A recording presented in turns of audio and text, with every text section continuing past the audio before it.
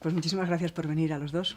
Gracias Marley a ti. Kuener, Sí, lo he dicho bien. ese nombre. Y Javier Esteban. Muchas gracias a vosotros. Muchas gracias. Vamos a hablar sobre la noche oscura del ego, de la enfermedad del alma del hombre contemporáneo y su expresión en un mundo que adolece de guerras, de crisis ecológicas, crisis de valores, de principios, corrupciones políticas. Me gustaría desentrañar con vosotros si hay una relación entre el estado del alma del hombre contemporáneo respecto al estado del alma del mundo. Y quería empezar con una frase que para mí es significativa de ese puente, ¿no? O esa relación, y me diréis si estáis de acuerdo o no.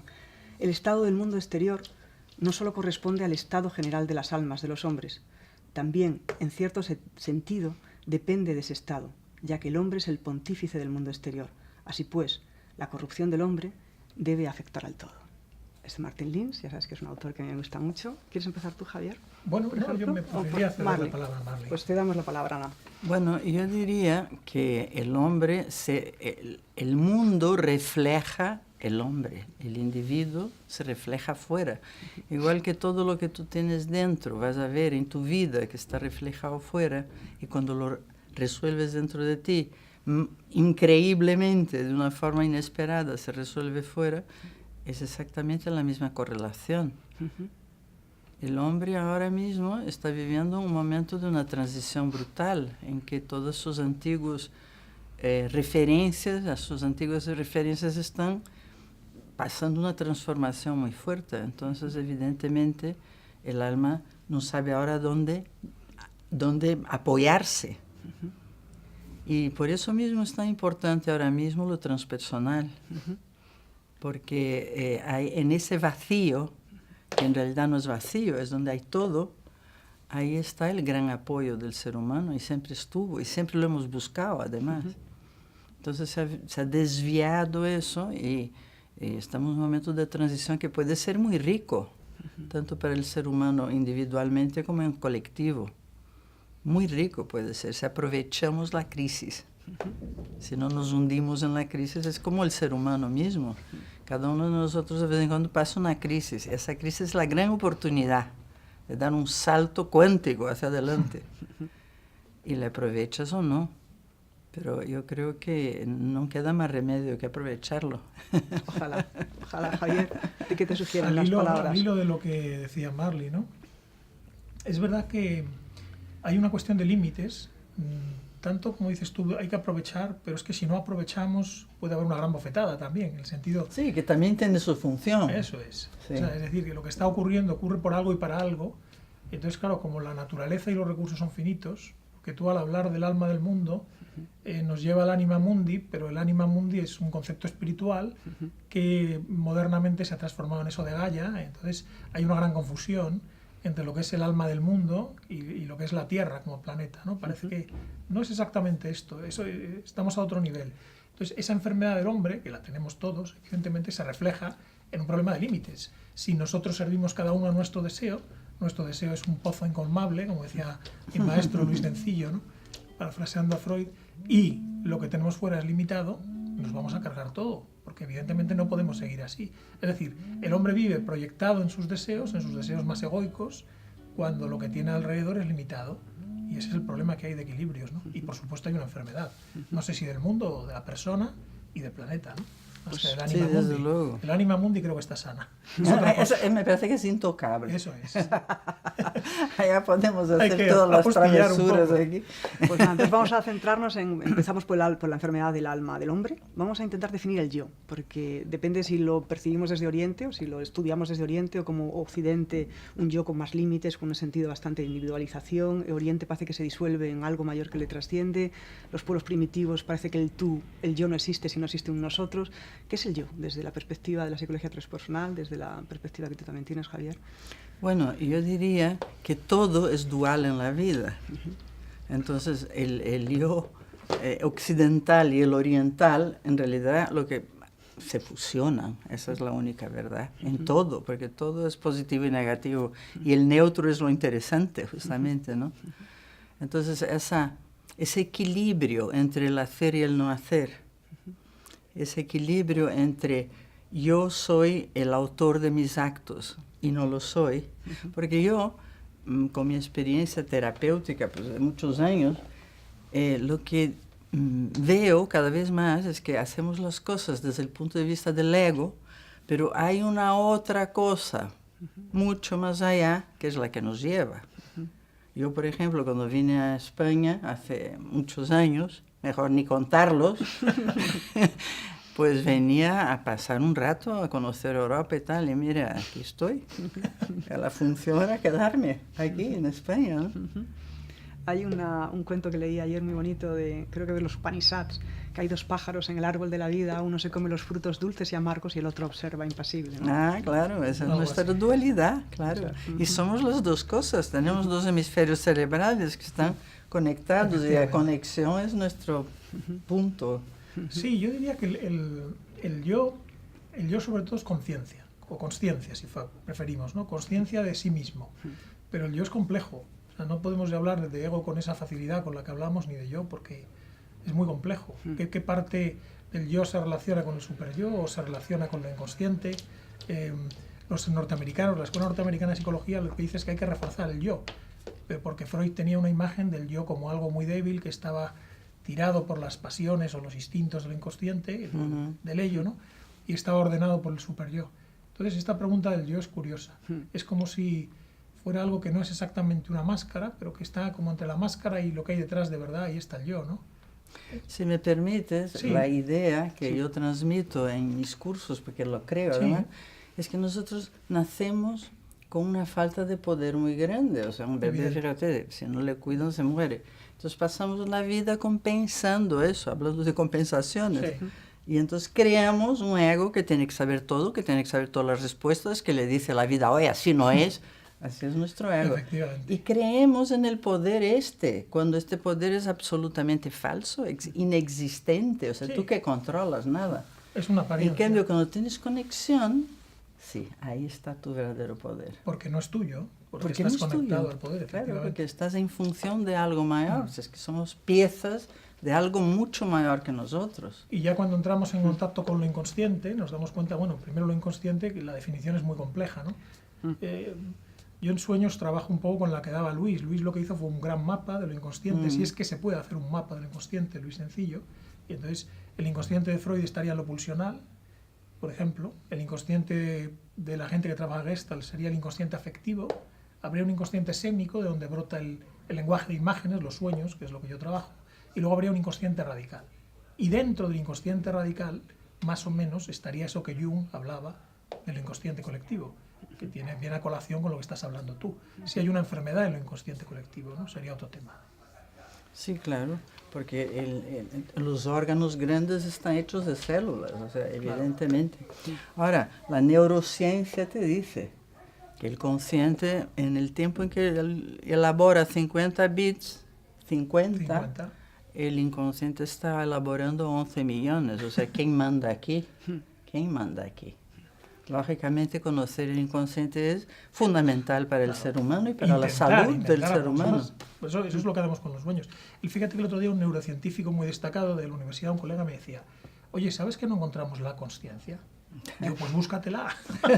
¿Qué me estaba diciendo? Que en las pantallas no salía, que no saben dónde está. Cuando se produce un pensamiento, vamos a decir, consciente, un insight, no se produce, no lo pueden ver, no pueden localizarlo exactamente. No sabemos si ni está fuera o está dentro, como imagínate, ¿no? Como para saber en qué parte del cerebro está. Yeah. Pasa que ahí hay una cosa que siempre hablamos, él y yo, cuando nos encontramos sobre el inconsciente colectivo y dónde queda el supraconsciente. Es decir, el inconsciente colectivo parece que Jung lo colocaba en un lugar por debajo de lo racional. ¿Dónde queda lo suprarracional, lo suprarracional, ese quicio que hablamos, que es el que conecta esas dos, esa polaridad y que se hace no dual, ¿no? Es decir, ahí nunca me queda claro cuando me habláis en términos psicológicos sobre... Porque tienes un prejuicio ideológico. ¿Por qué? Tienes un prejuicio ideológico que viene de lo siguiente. La psicología moderna, hasta Freud, los sueños son una cosa. Y los sueños son... tiene que ver con lo daimónico, tiene que ver con los ángeles, tiene que ver con la conexión, con la totalidad. Pero a partir de Freud los sueños no son eso. Los sueños ya están encapsulados en el yo cartesiano, por así decirlo, y dentro de los sueños, eso de lo que llamamos supraconsciente está prohibido. Lo religioso está prohibido, es una forma de neurosis. Lo que hay es un ello, un superyo y hay un yo pequeñito. Bien. Luego Jung, que se da cuenta de lo que está hablando en realidad Freud y lo intenta extender, tiene un prejuicio personal muy fuerte. Entonces, yo creo que Jung en su obra de algún modo está reprimiendo lo espiritual, cosa que se ve también en el análisis permanente de los sueños, estás viendo cómo la gente está reprimiendo lo espiritual continuamente. Sí, sí. La gente sueña, si yo hago una visualización con un sueño de un paciente que ha visto que en su casa suena algo en el sótano, baja en la Casa Blanca y ve que hay un manantial, allí la gente ve horrores. Se va a caer la columna, se me va a romper la pared, no está viendo el manantial, o el agua está sucia. Es decir, vivimos en una época donde lo espiritual está reprimido y donde la ideología dominante, imaginario, que esto sí es colectivo, el imaginario, hasta hace muy poco tiempo, dentro de lo inconsciente, no estaba lo supraconsciente, y el inconsciente no servía para comunicar porque eso estaba prohibido con los dioses o con Dios. Entonces, yo creo que tú reactivamente dices, ¿dónde está? ¿Dónde está? Está ahí, evidentemente. No hay supraconsciente e inconsciente. Estamos hablando en realidad de lo mismo. Lo que pasa es que lo inconsciente tiene todas las capas. Esa es mi opinión. Un poco profana. Bueno, ya sabes que el supraconsciente, que Freud habló de él, era más un código ético que otra cosa. Sí, moral adquirida. Una moral, y una moral muy influenciada por la sociedad y por la época. Puritana. Y que no tiene nada que ver con lo que estamos hablando del vacío realmente, exacto, que es el que manda. Es como el origen de todo. Es como antes del Big Bang que había. Pues había un núcleo que se expandió en infinitos trozos. Pues ese es el núcleo. Ese es el núcleo que manda en todos los trozos. Efectivamente. Pero eso llega a través de lo inconsciente también. Sí, obviamente. También todo, claro. Porque el inconsciente en el fondo, ¿qué es? Es la primera semilla de forma que hay. Efectivamente.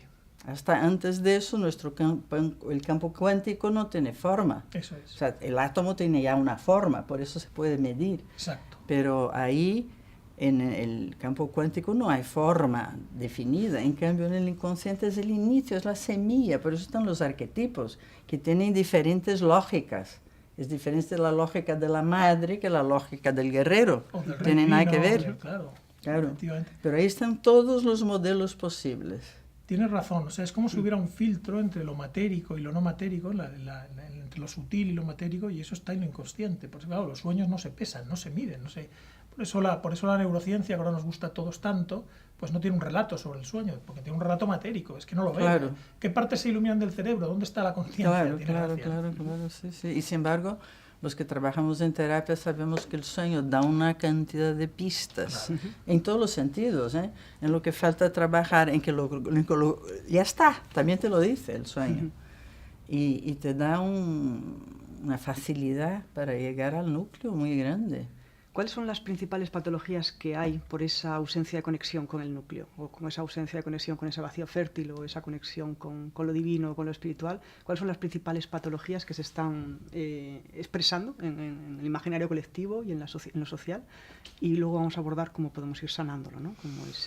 Bueno, yo en mi consulta lo que veo básicamente es trastornos de ansiedad por doquier. Sí.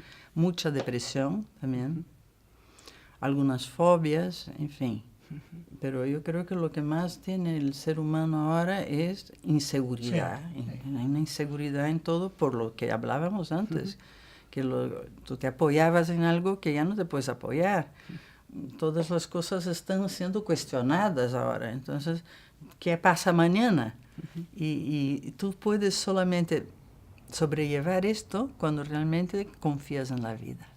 Si no confías en la vida, pues estás aterrada, queriendo controlarlo todo, que es una labor absolutamente misión imposible. Agotadora. No puede ni el de arriba, ¿no? Como decía el chiste, ¿no? Sí, yo estoy un poco de acuerdo, ansiedad, pero yo no hablaría de patología, porque la palabra patología ya es patológica, yo creo, ¿no? Yeah. Pero patos como sufrimiento sí expresa un poco como lo que es la aflicción. Sí, pero no en el término que dan sí, los no, yo DSM como patos y sufrimiento. No el término científico, entre comillas, ¿no? Entonces, es verdad que hay como una retroalimentación entre todo el deseo que tenemos, que no podemos llevar a cabo, entre otras cosas porque es infinito, el deseo puede llegar a ser infinito si no hay una visión del mundo clara y qué hacemos en el mundo. Entonces, en esta pérdida que tenemos, la sociedad precisamente la sociedad de consumo vive de proyectar deseo y de gestionar deseo. Y claro, cuando el deseo es mucho más veloz que la estabilidad y cuando el mundo de por sí es inestable y tecnológicamente mucho más inestable, estamos bastante perdidos realmente. Claro, porque además el deseo está dirigido de una forma que no es la correcta, vamos. Exacto. Está dirigido a un consumismo, Eso está es. dirigido a una dirección que no es la que nutre el alma. Estamos hablando de la enfermedad del alma, ¿no? Eso es. Sí. El alma, como no la nutre, se enferma. Exacto. ¿Y de qué se nutre? De belleza, de sensibilidad y esas De cosas. verdad, y todo de eso. verdad, de coherencia, conexión, de conexión. de contacto. Entonces hay Yo tengo, por ejemplo, dos pacientes que viven en España, pero se han educado, han aprendido español un año, que son chinos, ¿no? Entonces, los chinos sueñan con lo que soñábamos los españoles cuando veíamos el 1, 2, 3. Ah. Exactamente lo mismo. Un apartamento, una motocicleta, eso más informática, pero están en ese imaginario. Es un ejemplo un poco tonto, pero sirve para ver lo que soñamos y lo que pretendemos. Entonces, en la mayoría de los sueños, lo que yo veo, como bien has dicho tú, es miedo.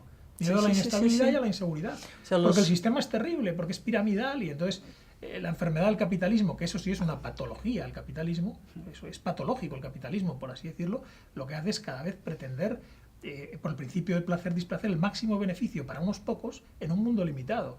Y eso significa la explotación de todos, y ahí es donde estamos. Entonces, en un mundo me imagino que un mundo utilitario. Efectivamente, y matérico. Entonces, que lamina, que limita, que reprime, que extermina lo espiritual. Eso es lo que está pasando realmente.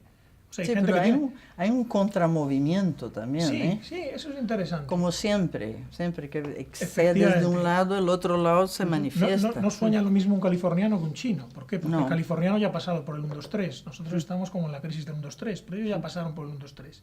Efectivamente hay un nuevo movimiento, eso que llaman nueva era, son imaginarios abiertos. Este programa sería imposible en los años 70, yo siempre te lo digo. Oye, tanto. Fíjate, Totalmente. hicieron un programa que quedó 40 años en un cajón Eso es. de lo novedoso que era, y ahora lo oyes y claro, ya hace parte de nuestro conocimiento del hombre de la calle. Entonces, a las ideas ahora están abriéndose, eso es la parte buena de nuestra época. Los imaginarios cambian, sí. No siempre hacia peor, y yo creo que se ha abierto esto que dicen los modernos de Acuario, la verdad es que se ha abierto un nuevo imaginario. Totalmente. Esto, Eliade lo relacionaba con la expulsión de los tibetanos por los comunistas del Tíbet. Sí. Y cómo cómo se había ido expandiendo la meditación en Estados Unidos y a otros lugares. Mira, eso es un muy ejemplo curioso. de lo que estábamos hablando antes, ¿verdad? Desde el punto de vista humano dices, qué horror lo que han hecho, no sé qué y tal. Pero desde el punto de vista del vacío fértil, ha sido la forma de expansión. Exactamente. De esa filosofía. Como pasó con los neoplatónicos expulsados de... ¿no? Sí, sí. Es así, al final la cultura es así. O sea, hay un guión que tiene una finalidad para toda la humanidad. Entonces tú lo ves desde lo chiquitito y dices, pues hijo, eso, qué horror. Pero luego resulta que la finalidad última ha tenido que pasar eso. Te veo muy hegeliana. Bueno, yo soy ecléctica totalmente. Ya, oye. pero como decimos siempre, el guionista no se equivoca nunca.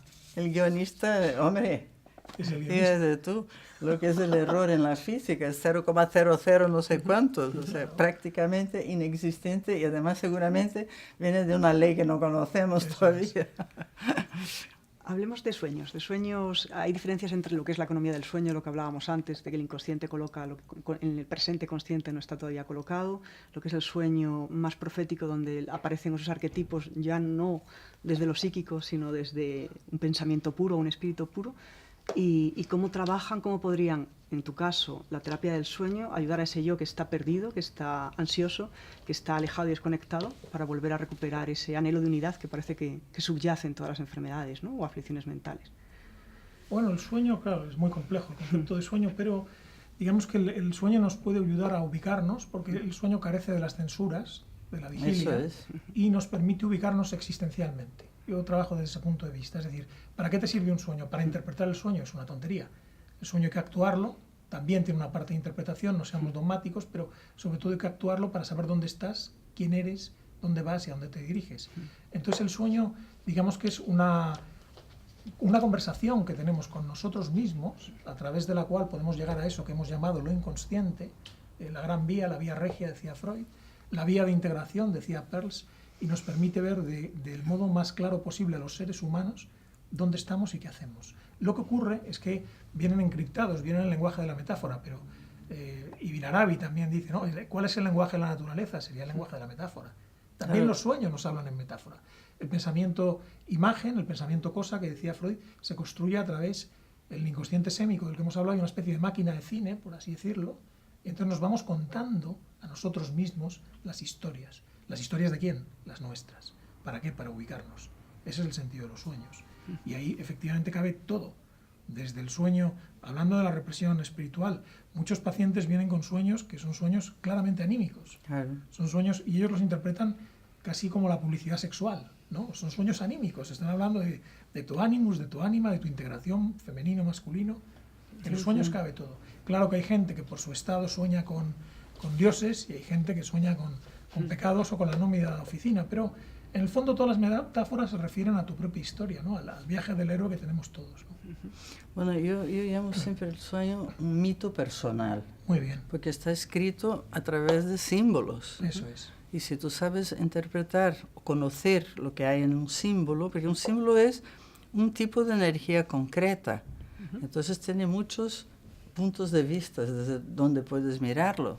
Y por eso el inconsciente colectivo, un símbolo, por ejemplo, qué sé yo, un pájaro volando es el vuelo del espíritu en todas las tradiciones, pero de repente una persona puede tener una connotación personal sobre aquello. Si sales de una situación muy triste, pasa un pájaro, aquello queda conectado en tu inconsciente con algo triste. Entonces tienes una lectura doble todo el tiempo. Lo que decía antes, siempre hay una dualidad. Entonces está el significado universal y el significado personal, y esto encajado en lo que está ocurriendo en la persona en aquel día, en aquel momento, tiene un sentido fantástico, que te vale muchísimo y a la persona la vale muchísimo. Cuando entiende lo que ha querido decir aquel símbolo, bueno, es que es una eureka total, porque además sale de ti y sale espontáneamente, ¿no? Nadie te dirige, nadie te lleva a ningún lado, sale de ti, brota de ti, entonces realmente es tu verdad interna más profunda, por eso es tan importante. Entonces, desde la psicología transpersonal, ¿qué pistas se le puede dar a un yo enfermo, tal como hemos hablado, un yo que enferma al mundo, y que el mundo queda la enfermedad del alma enferma al mundo en el que vivimos, en lo social, en lo ecológico, en lo político? ¿Qué pistas de regreso a casa, esa unidad, ese anhelo de unidad que tenemos todos, podría darse desde tu perspectiva? Bueno, el tipo de terapia que yo hago no excluye la terapia convencional, en el sentido de que si tienes ahí un núcleo, vamos a trabajar ese núcleo, pero siempre con una visión mucho más amplia, porque es muy distinto que tú te encuentres aquí en tu culebrón personal y te pierdas en él, y aquello es lo único que hay. Eso es tremendo. Ahora, si ves que esto es solamente un capítulo de un libro, que eso es solamente un pasaje, lo ves desde una perspectiva completamente distinta. Y si encima consigues absorber la idea de que hay un propósito mucho mayor que el que tú estás viendo, que está llevando las cosas, relativizas enormemente y te lo que está importan menos viviendo. las cosas. Pues relativizas, o sea, no tiene la importancia, porque el otro es una importancia vital. Y eso es relativa ya la importancia. Es como si subes una montaña, ¿verdad? Al principio ves una cosa, luego ves mucho más, pero aquello sigue existiendo, pero perdió la importancia. Claro. Esa es la idea. Sí, muy buena receta, efectivamente. Y un poco para añadir, no para decir lo mismo, sino para añadir, yo creo que es muy importante eso que Pascal llamaba el ocio sagrado. O sea, en un mundo como este, donde todo el rato, todo el mundo está ocupado, que es la enfermedad del idiotismo que tenemos todos, ¿no? El ocio es muy importante porque el momento en que estás ocioso, te das cuenta de que hay algo más. O sea, solo hace falta tiempo, en realidad, para darte cuenta de la existencia de lo vacío, está ahí, ¿no? Pero si no tienes tiempo, porque la sociedad te lo quita todo, o porque tu ego te lo quita proyectándote en la sociedad, estás perdido. Eso por un lado. Y luego también me parece una buena receta que tiene que ver con esta, un cierto aislamiento. Por ejemplo, de los medios de comunicación, aislamiento casi total. Lo recomiendo, aislamiento casi total. De los programas bueno, no, efectivamente, de la política, de los programas televisivos. Hace falta un cierto aislamiento, ¿no? La vuelta a la naturaleza puede ser otro remedio. Mucha gente dice eso. Yo no lo hago. Tú no lo haces. A mí me parece interesante ver. Yo quiero ver lo que está pasando.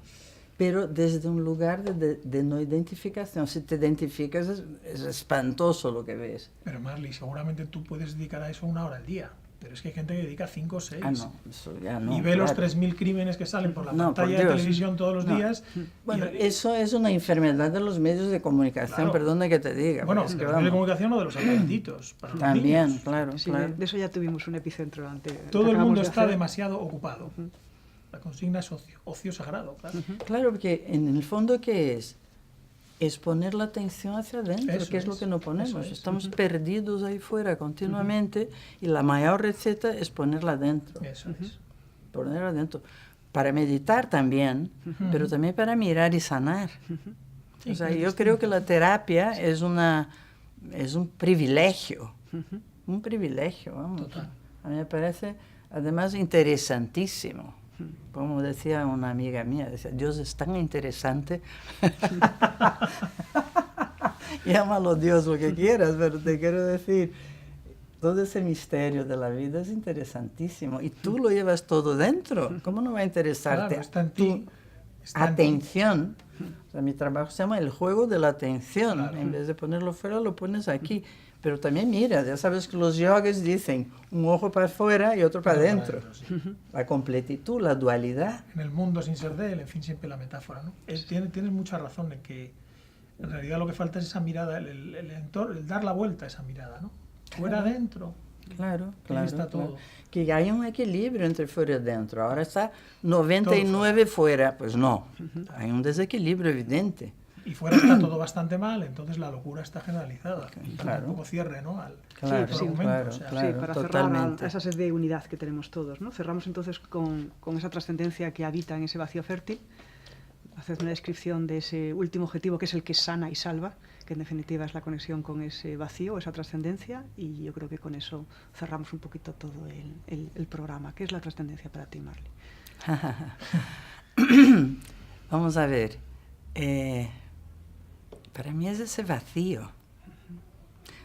Si tú ves la materia, es todo vacío. Si tú miras al cielo, es todo vacío. Todo es vacío. Pero ese vacío no está vacío. Entonces, si no necesitas la forma para sentirte en conexión con algo mayor, algo mucho mayor, mucho más sutil, el mundo es un teatro que tú vas viendo y vas aprendiendo, porque no tenemos la capacidad de aprender sin la forma. Por eso existe el teatro. Pero es didáctico. es didáctico, claro. Lo Como que la propia intere- vida. es Lo que didáctico, interesa es claro. que el teatro es el reflejo de una energía no visible por nuestros ojos, pero que es la que está mandando. Y cuando que esa es amiga de esa parte que es la que construye todo, el teatrillo pues es solo anecdótico. Porque se habla con parábolas.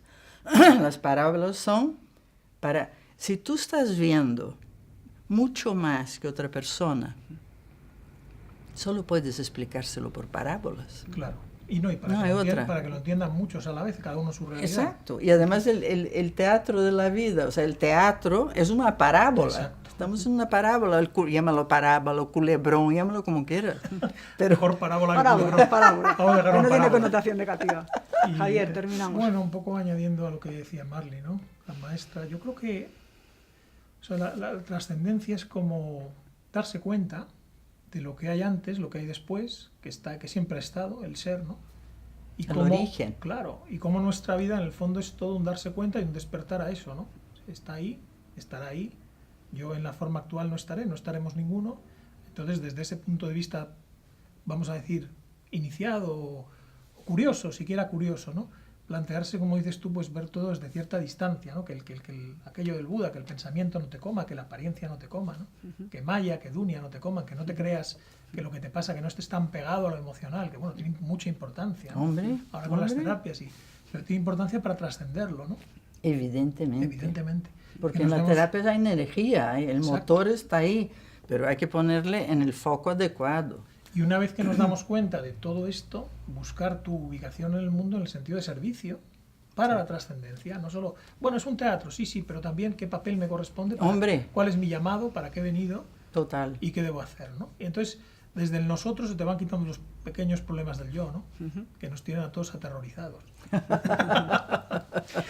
Pues nada, acabamos con esta sonrisa de que la enfermedad del yo se puede salvar, se puede sanar, y bueno, simplemente es poner en el centro lo que realmente es importante y realmente necesario.